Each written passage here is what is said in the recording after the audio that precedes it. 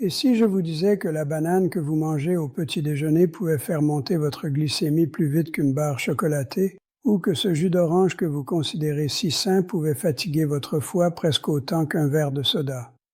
Ces révélations peuvent sembler surprenantes, mais elles reflètent la vérité scientifique actuelle sur les fruits. Pendant des décennies, nous avons entendu ce message: mangez 5 fruits et légumes par jour.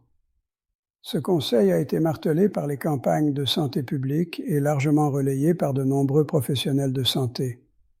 Pourtant, de nouvelles recherches dressent un tableau bien différent.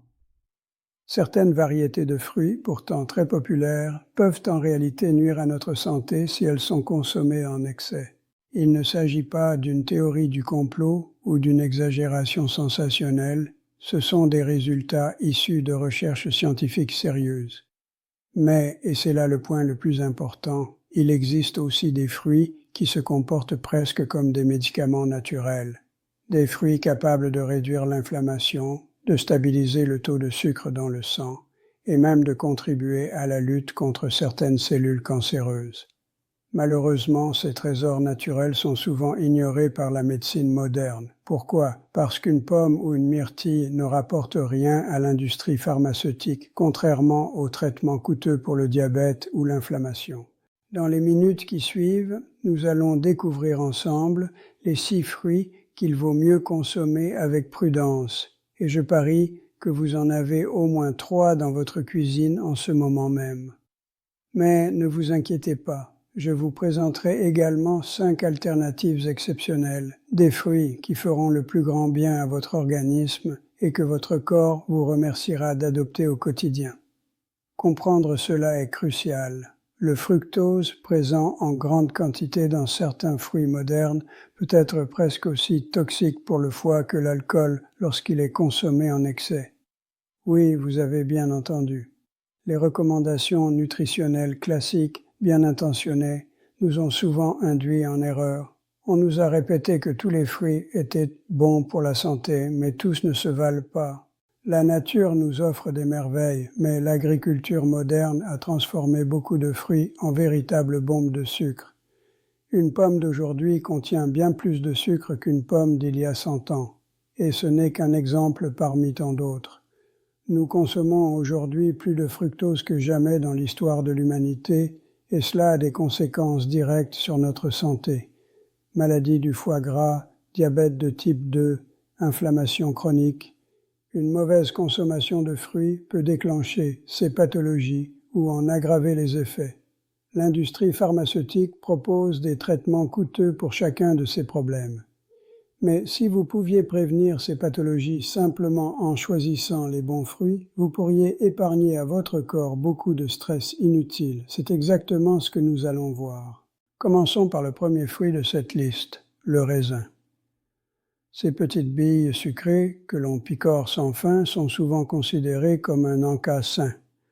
Pourtant, une portion de raisin peut contenir jusqu'à 16 grammes de sucre, ce qui équivaut à 4 morceaux de sucre classique. Son index glycémique modéré signifie qu'il fait monter rapidement la glycémie.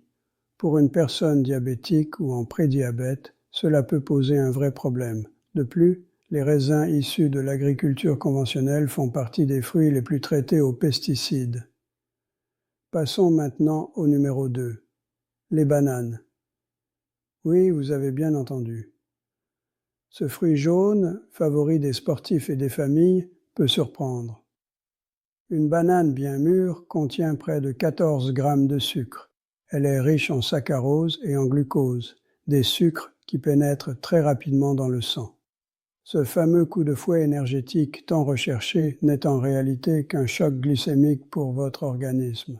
J'ai rencontré de nombreuses patientes en consultation qui prenaient du poids sans comprendre pourquoi, alors qu'elles pensaient faire un choix sain en mangeant une banane chaque jour.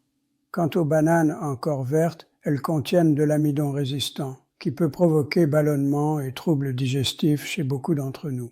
Le troisième fruit dont nous devons parler est la mangue. Ce fruit tropical est souvent présenté comme un super aliment, un incontournable pour sa douceur et son parfum exotique. Pourtant, une seule mangue peut contenir jusqu'à 46 grammes de sucre, ce qui représente plus que le contenu sucré d'une canette de soda. Son index glycémique est élevé, ce qui signifie que ce sucre est absorbé rapidement par le corps, entraînant des pics de glycémie. Dans les pays où elle est cultivée, la mangue est traditionnellement consommée en petite quantité, comme un dessert. Chez nous, en revanche, on nous la présente souvent comme une collation saine à consommer sans modération. C'est une erreur qui peut rapidement peser sur notre santé, en particulier pour ceux qui surveillent leur glycémie ou cherchent à maintenir un poids stable. Le quatrième fruit pourrait vous surprendre, l'ananas. On vante souvent les mérites de la bromélaïne, une enzyme présente dans l'ananas, réputée pour ses vertus digestives. Mais une tasse d'ananas contient environ 16 grammes de sucre. La quantité de bromélaïne réellement absorbée en mangeant le fruit reste trop faible pour produire un effet thérapeutique réel.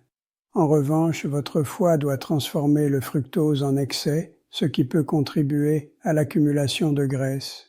De plus, l'acidité de l'ananas peut fragiliser l'émail de vos dents si vous en consommez régulièrement. Cinquièmement, parlons des dattes. Ces fruits sont souvent présentés comme une alternative naturelle au sucre raffiné. Oui, elles sont naturelles, mais sont-elles vraiment saines au quotidien? Pas vraiment. Les dattes sont composées à près de 70% de sucre. Une seule date medjool peut contenir jusqu'à 16 grammes de sucre, l'équivalent de 4 morceaux de sucre. Dans le désert, elles étaient vitales pour survivre. Dans notre vie sédentaire moderne, elles représentent de véritables bombes sucrées qu'il vaut mieux consommer avec modération. Enfin, le sixième coupable n'est autre que le jus d'orange. Beaucoup de personnes pensent qu'il s'agit d'une alternative saine aux fruits entiers. Pourtant, un verre de jus d'orange contient autant de sucre qu'un verre de cola, soit environ 25 grammes. Le problème majeur réside dans l'absence de fibres. Dans le fruit entier, les fibres ralentissent l'absorption du sucre. Sans elles, le sucre passe directement dans le sang, provoquant des pics de glycémie. Des études menées par la prestigieuse université de Harvard ont montré que la consommation quotidienne de jus de fruits pouvait augmenter le risque de diabète de plus de 20%. Quant aux vitamines, elles sont souvent détruites par la pasteurisation, puis réintroduites artificiellement, ce qui limite leurs bénéfices naturels. Mais maintenant, passons à la bonne nouvelle. Il existe des fruits qui sont de véritables alliés pour notre santé. Ils sont souvent simples, accessibles et beaucoup plus efficaces que certains compléments alimentaires coûteux. Avant de les découvrir, si vous trouvez ces informations utiles, pensez à vous abonner pour ne rien manquer de nos prochains conseils santé. Commençons par les myrtilles. Ces petites baies bleues sont de véritables trésors nutritionnels. Elles contiennent des anthocyanes, des antioxydants puissants qui protègent notre cerveau et favorisent la mémoire. Des études ont montré que les myrtilles pouvaient réduire le risque de maladies neurodégénératives et améliorer la sensibilité à l'insuline, aidant ainsi le corps à mieux gérer le sucre. Avec un index glycémique bas et seulement 10 grammes de sucre pour 100 grammes, elles sont un choix sûr et bénéfique. De plus, leurs polyphénols peuvent réduire partiellement l'absorption du sucre dans l'intestin, renforçant leur action protectrice. Deuxièmement, l'avocat. Oui, d'un point de vue botanique, c'est un fruit, mais un fruit exceptionnel. Il contient très peu de sucre et regorge de bonnes graisses qui combattent l'inflammation. Une étude de 2023 a montré qu'une consommation régulière d'avocat aide à réduire le mauvais cholestérol. Mon astuce personnelle est de l'ajouter aux salades. Les graisses de l'avocat permettent de mieux absorber les vitamines des autres légumes, parfois jusqu'à 15 fois plus efficacement. Le troisième fruit bienfaiteur est la grenade. Ce fruit est utilisé depuis l'Antiquité pour ses vertus médicinales, et la science moderne le confirme. La grenade contient de la punicalagine, un antioxydant 3 fois plus puissant que celui du thé vert. Des études ont démontré que le jus de grenade peut contribuer à réduire la tension artérielle et améliorer la circulation sanguine. Il est important de la consommer avec modération, mais un petit verre de pur jus de grenade, sans sucre ajouté, peut véritablement faire des merveilles pour votre santé. Enfin, le numéro 4 sur notre liste des fruits alliés est le citron, que nous découvrirons en détail juste après. Cet agrume mérite vraiment le titre de couteau suisse de la santé. Le citron, par exemple, contient très peu de sucre, mais il regorge de vitamine C et de citrate, deux éléments essentiels pour notre organisme. Le citrate, en particulier, joue un rôle crucial dans la prévention de la formation de calculs rénaux. Une étude a même montré qu'un simple demi-verre de jus de citron par jour pouvait réduire ce risque de près de 90%. Mais ce n'est pas tout.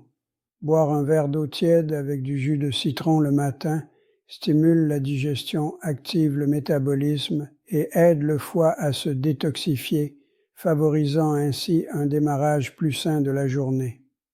C'est un geste simple que j'ai adopté il y a de nombreuses années et qui a transformé mes matins. Passons maintenant à la reine des fruits santé, la framboise sauvage. Je ne parle pas des grosses framboises que l'on trouve en supermarché, mais de ces petites framboises foncées, au goût intense et concentré en nutriments. Elles contiennent de l'acide élagique, une substance qui, en laboratoire, a montré sa capacité à détruire certaines cellules cancéreuses. Mais leurs bienfaits ne s'arrêtent pas là. Ces framboises ont un index glycémique très bas, seulement 32, ce qui les rend particulièrement adaptées pour éviter les pics de sucre dans le sang. Elles contiennent également des cétones de framboise qui stimulent le métabolisme des graisses et elles font partie des fruits les plus riches en fibres, favorisant une digestion harmonieuse et un sentiment de satiété durable. Maintenant que vous connaissez les fruits à privilégier et ceux à limiter, il reste une question essentielle. Comment appliquer ces conseils au quotidien? Premièrement, le moment de consommation est primordial. Le meilleur moment pour manger un fruit est le matin, à jeun ou en collation entre les repas. Évitez de consommer un fruit juste après un repas copieux. Les fruits se digèrent rapidement et, s'ils restent bloqués dans l'estomac par d'autres aliments, ils peuvent fermenter. Cette fermentation provoque ballonnement, inconfort digestif et mauvaise absorption des nutriments. Deuxièmement, la quantité est la clé. Même les meilleurs fruits doivent être consommés avec modération. Une portion quotidienne est souvent suffisante. La célèbre règle des 5 fruits et légumes par jour est fréquemment mal interprétée. Elle inclut surtout les légumes. Nos ancêtres ne consommaient des fruits que de manière saisonnière, alors que nous les avons à disposition toute l'année, souvent sous forme très sucrée. Une consommation excessive peut donc rapidement devenir contre-productive. Troisièmement, pensez aux bonnes associations alimentaires. Accompagner un fruit de protéines ou de bonnes graisses permet de ralentir l'absorption du sucre, de stabiliser la glycémie et d'éviter les fringales. Par exemple, une pomme avec une poignée d'amandes, des baies avec du yaourt grec ou un avocat avec quelques œufs. Ces combinaisons simples transforment un simple encas en véritable soutien pour votre énergie et votre équilibre. Quatrièmement, privilégiez les produits bio et locaux. Certes, c'est un petit investissement, mais il s'agit d'un investissement pour votre santé qui reste bien plus rentable que des médicaments ou des traitements. Pour les fruits comme les baies, les pommes ou les raisins, le choix du bio est particulièrement important pour réduire l'exposition aux pesticides. Les fruits locaux, récoltés à maturité, contiennent également beaucoup plus de nutriments et de saveurs. Cinquièmement, écoutez votre corps. Il est votre meilleur allié et il sait instinctivement ce qui lui convient. Certaines personnes digèrent mal les pommes, d'autres sont sensibles à l'acidité des agrumes.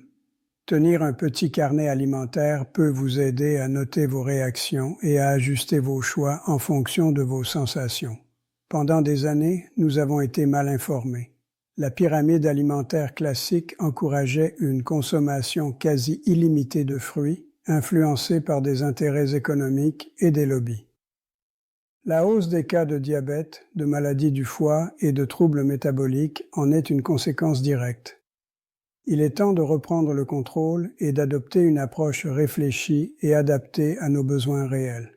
Vous savez désormais que tous les fruits ne se valent pas, que le fructose peut être aussi nocif que l'alcool pour le foie et que certaines alternatives naturelles peuvent véritablement soutenir votre santé. Faites un petit bilan dans votre cuisine. Combien de fruits de la liste à éviter y trouvez-vous? Êtes-vous prêt à ajuster vos habitudes et à faire quelques changements bénéfiques? Votre santé est entre vos mains. Personne ne le fera à votre place. Et n'oubliez pas, votre expérience personnelle compte énormément. Avez-vous remarqué que certains fruits vous faisaient vous sentir moins bien, provoquaient des inconforts digestifs ou des fringales? Partagez vos réflexions dans les commentaires. J'ai hâte de vous lire et d'échanger avec vous.